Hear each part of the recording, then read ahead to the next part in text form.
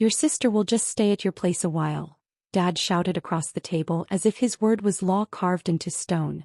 Mom nodded firmly, her chin raised, like she'd already decided my life was hers to dictate. I stood slowly, my chair legs scraping against the tiled floor. My voice was calm, almost too calm. Funny. I haven't lived there for 6 weeks. The silence that followed wasn't ordinary silence. It was sharp, cutting, alive. Mom's voice cracked, trembling like glass about to shatter. Wait. Then where exactly have you been staying? Her eyes flickered, not out of concern but panic. Panic that maybe, just maybe, they didn't know me as well as they thought. Hi everyone. My name is Lila. And if you're listening, know this. Sometimes the family that raised you can be the same family that breaks you, piece by piece, until silence becomes your only shield. 6 weeks ago I carried 2 suitcases out of that house in the middle of the night. No one noticed. No one asked. No one cared. I had rented a small hidden apartment across town, where the walls didn't echo with insults and the air wasn't heavy with judgment. I remember the first night, the sound of rain hitting the cracked windows, the way the single bulb flickered above me. It wasn't home, not really. But it was mine. Now, standing here with their shocked faces staring at me, I realized this moment wasn't about my sister moving in. It was about control. About the way they thought my life was just a room to be rearranged at their convenience. Dad narrowed his eyes. What do you mean you haven't lived there? That's your house. You can't just. But he stopped mid-sentence. Maybe because I didn't look like the same obedient daughter he was used to. My hands were steady. My voice was calm. My heart was racing so fast I thought it might burst. I didn't answer their question. Not yet. Some truths, I decided, are weapons, and you don't waste them too early. So I let the silence stretch, watched the fear creep into their faces. Because finally, they were realizing, I wasn't theirs to control anymore. And soon they'd learn what I had really been building in those 6 quiet weeks. Dad's fork clattered against his plate, echoing through the dining room. You're being dramatic, he snapped, his jaw tight. You're always dramatic. 6 weeks. You think that makes you independent. I didn't flinch. Not this time. In the past I would have shrunk under his words, swallowed my truth, pretended everything was fine. But now I just met his stare. Silent. Mom leaned forward, her voice dripping with false concern. Lila, darling, where have you been staying? Tell us. The word darling rolled bitter on my tongue. They only used endearments when they wanted control. I let my eyes drift across the table. The polished silverware, the untouched wine glasses, the picture-perfect dinner that tasted of resentment. Then I looked at my sister. She sat there smug, pretending to scroll on her phone, already imagining herself moving into my place like a queen taking over a conquered castle. Hi. My name is Lila. And if you've ever been underestimated by the very people who should have loved you, then you know this moment. The moment where silence feels louder than shouting. I had left that house 6 weeks ago not because I couldn't take it anymore, but because I had a plan. They thought I was fragile. They thought I'd fall apart without them. They thought wrong. In that tiny apartment I had begun rebuilding myself. Brick by brick. Secret by secret. I worked 2 jobs, saved every penny, and each night, I mapped out a future they could never touch. But tonight wasn't about revealing all that. Tonight was about watching them sweat. Dad's face reddened. He hated silence. He hated not knowing. You've been sneaking around, haven't you? Some man. His voice rose, sharp, accusatory. My chest tightened. Not from his accusation but from the irony. Because if only he knew, the truth was far more dangerous to their pride than anything he could imagine. Mom reached for her glass but her hand shook. Tell us where you're living, she demanded again. I smiled faintly, not with joy but with control. Don't worry, I said softly, almost whispering. You'll find out soon enough. And the way their eyes widened told me they knew. Whatever I had been doing these past 6 weeks was about to unravel everything they thought they controlled. Dad slammed his fist against the table so hard the salt shaker toppled, spilling tiny white crystals across the linen. Enough with your games, Lila. You think you can scare us with your little mystery? You're still our daughter. You'll do as we say. His voice was thunder. But for the first time in my life it didn't shake me. Mom's lips tightened into a thin, worried line. She glanced at my sister who smirked like she'd already won. She thought this was temporary, that I'd fold, hand her the keys and fade back into the shadows. But here's what none of them knew. Those 6 weeks weren't about running away. They were about preparing. About cutting their strings from my back one by one until I wasn't their puppet anymore. "Where have you been staying?" Mom asked again, her words brittle now, like they might break mid-air. I leaned back in my chair, letting their question hang unanswered. Instead, I painted the picture for them with silence. I let them imagine dingy motels, borrowed couches, desperate nights. I let them hope I had been suffering without their roof over my head. Then I dropped the first crack. "I don't stay there anymore because I signed the lease over 6 weeks ago." The room froze. Dad blinked as if he hadn't heard me right. "What did you just say?" I folded my hands neatly in my lap, my voice steady. "The apartment. The one you think is mine. I don't own it anymore. I signed it away. That's why I don't live there." My sister's phone slipped from her hand, clattering onto the table. "What do you mean you signed it away?" she stammered. I let my eyes rest on her, calm and cold. "Exactly what it sounds like." The air thickened. Mom's breathing grew sharp, Dad's knuckles white around his glass. They had been plotting to move my sister in, as if my life were just storage space waiting for their convenience. And now in one breath I'd shattered their plan. I didn't tell them who I signed it to. Not yet. That secret was still locked safely inside me. But as their faces turned pale, I knew they understood one thing. Control had shifted. And for the first time in years, I was the one holding the match near their carefully built house of cards. The dining room felt smaller now, suffocating with tension. My sister's hand hovered above her fallen phone, her eyes darting between me and our parents. Dad's voice dropped lower, steadier, but there was an edge of fear he couldn't hide. "Signed it, to who, Lila?" Mom leaned forward, her nails digging into the tablecloth. "Answer him. Right now." I let their desperation hang for a moment, savoring the silence. Because in that silence I held the power. "Hi, I'm Lila. The daughter who was always told she was fragile, incapable, and disposable. Tonight I was none of those things. Tonight I was the storm they never saw coming. I signed it," I said slowly, deliberately, "to someone you know." My sister's face went pale. "Who?" she whispered. I looked her dead in the eye. "Your old roommate. Remember her? The one you mocked for never getting anywhere in life? The one you swore would always live beneath you." My sister's lips parted, but no sound came. "Yes," I continued, "I signed it to her. 6 weeks ago, while you were busy parading around like you owned the world, she was moving into what you thought would be your new kingdom." The room erupted. Dad shot up from his chair, his face burning red. "You gave away your home to a stranger?" "Not a stranger," I corrected softly. "Someone who knows exactly who you are.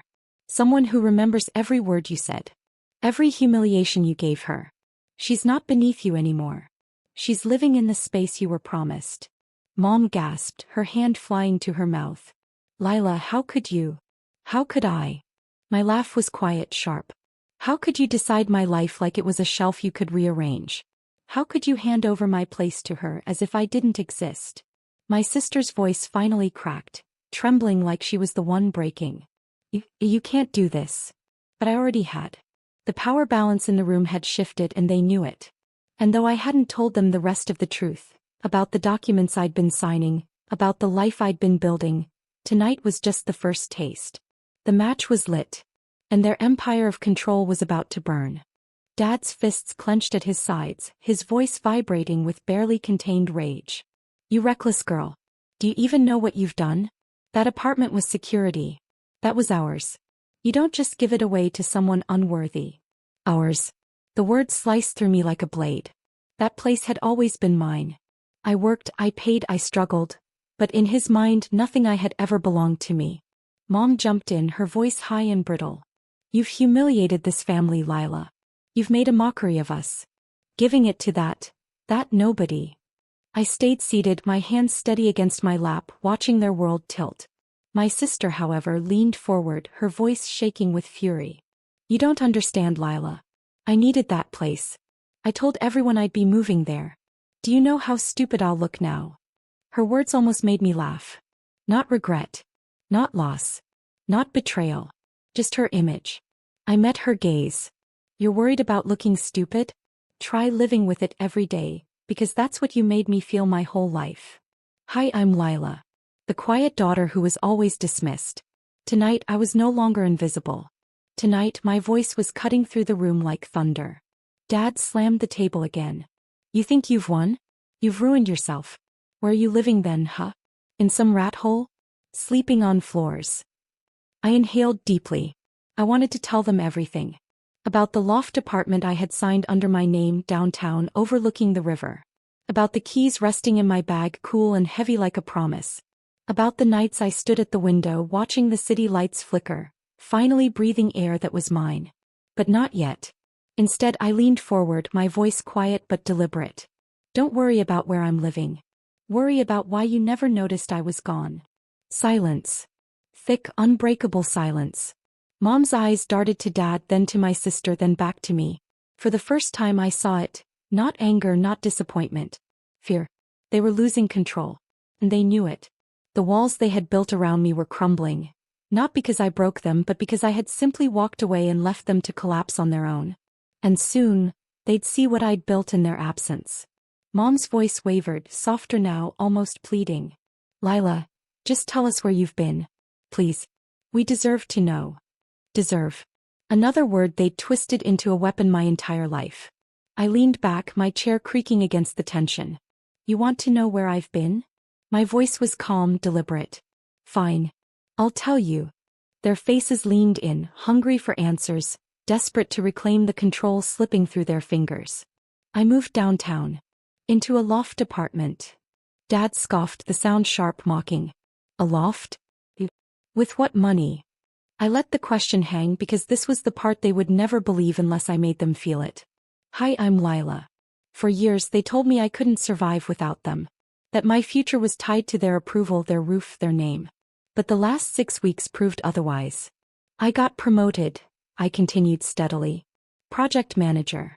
Bigger salary. Better hours. I've been freelancing on the side. Design contracts. Marketing work. People actually pay me well for the skills you always mocked. My sister shook her head, her voice sharp with disbelief. No. You're lying. You can't even. I cut in. I've been doing it for years quietly. While you all looked down on me, I built something you couldn't touch. Mom pressed her hand to her chest. So you've been living there alone? Paying for it yourself? The pride in me swelled, but I kept my tone even. Yes. Alone. And happier than I've ever been here. Dad's face hardened, but the flicker in his eyes betrayed something else. Doubt. For the first time he wasn't certain he could bend me back into shape. You're wasting money. Phil. And when you do, you'll come crawling back. His words were spit like venom. But I only smiled, small and quiet. Maybe. But if I fail, it'll be my failure. Not yours. The weight of that truth hung heavy in the room. My sister looked like she wanted to scream, but no words came. For once they had no script. No control. No easy way to dismiss me. And deep down they realized. The life I had been quietly building wasn't just independence. It was a life that left them irrelevant. Dad stood, towering over me, his shadow stretching across the table like it had all my life. You think this little stunt makes you groan? He hissed. We gave you everything. And you repay us by spitting in our faces? You'll regret this, Lila. Mark my words. Mom's voice cracked as she tried a different angle. Soft, guilt-soaked. You're our daughter. You can't just walk away from family. Blood is blood. You owe us. That word again. It had been my prison sentence since childhood. My sister slammed her palm flat on the table, her face twisted. You gave my apartment to some loser. You ruined everything for me. But it doesn't matter. That's right. Phil. You'll come crawling back, and when you do, that loft won't save you. Her words hit the air like daggers, but they didn't pierce me. They only showed how much she wanted me chained to the same old story. Hi, I'm Lila. For years they controlled me with 3 things. Shame, guilt, and fear. Tonight they tried all 3 again. But something had shifted. Me. I wasn't that girl anymore. I rose slowly, steady, my chair scraping back like a signal flare. You want to know what the last 6 weeks taught me? I said, my voice carrying across the heavy silence. It taught me that family isn't the ones who trap you. Family is the ones who cheer when you finally breathe. Dad scoffed. Poetic nonsense. But his voice wavered. I reached into my bag. Their eyes followed every movement, suspicion etched into their faces. From it I pulled a folder. Thick. Heavy with paper. What's that? Mom asked, her voice small. I placed it gently on the table, sliding it toward them. The deed to my loft, I said simply. Paid. Full. The shock that rippled across their faces was almost cinematic. My sister gasped. Dad's hand trembled as he reached for it but stopped short. You bought it outright? He stammered. I nodded. Every cent mine. No mortgage. No cosign. No strings you can pull. The room went dead quiet. They had planned to use my apartment as a pawn for my sister.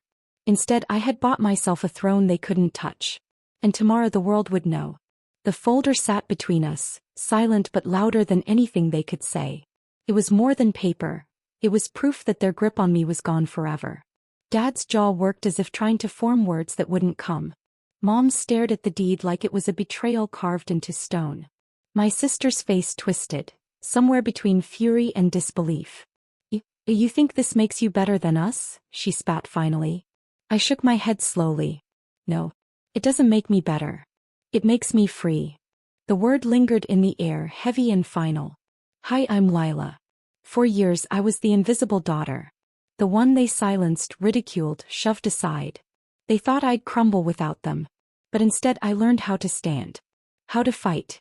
How to walk into a life that was mine alone. I reached for my glass of water, sipped slowly, then set it down with deliberate calm. You wanted my place for her, I said, glancing at my sister. But you never asked me what I wanted. And while you were busy deciding my future, I was already writing it myself. Mom's eyes welled with tears. We only wanted what was best. No, I cut in. You wanted what was best for you. For her. Never for me. The silence was suffocating, broken only by the tick of the old clock on the wall. Then softly I added the final strike. And one more thing. That lease you were all counting on? It isn't just in her old roommate's name. It's under a joint contract, with me as her silent partner. So yes, even the space you thought you owned? I still hold the strings. My sister's face drained of color. Dad's knuckles whitened. Mom whispered a prayer under her breath. I stood, smoothing my hands down my sides. This dinner was the last time you'll dictate my life. I don't owe you my home. I don't owe you my silence. I don't owe you me. Their faces were frozen, pale, broken by truths they couldn't swallow. I walked toward the door, the weight of years finally lifting from my shoulders. As I opened it, I didn't look back. Some stories don't end with shouting. They end with silence. And that silence is louder than any scream.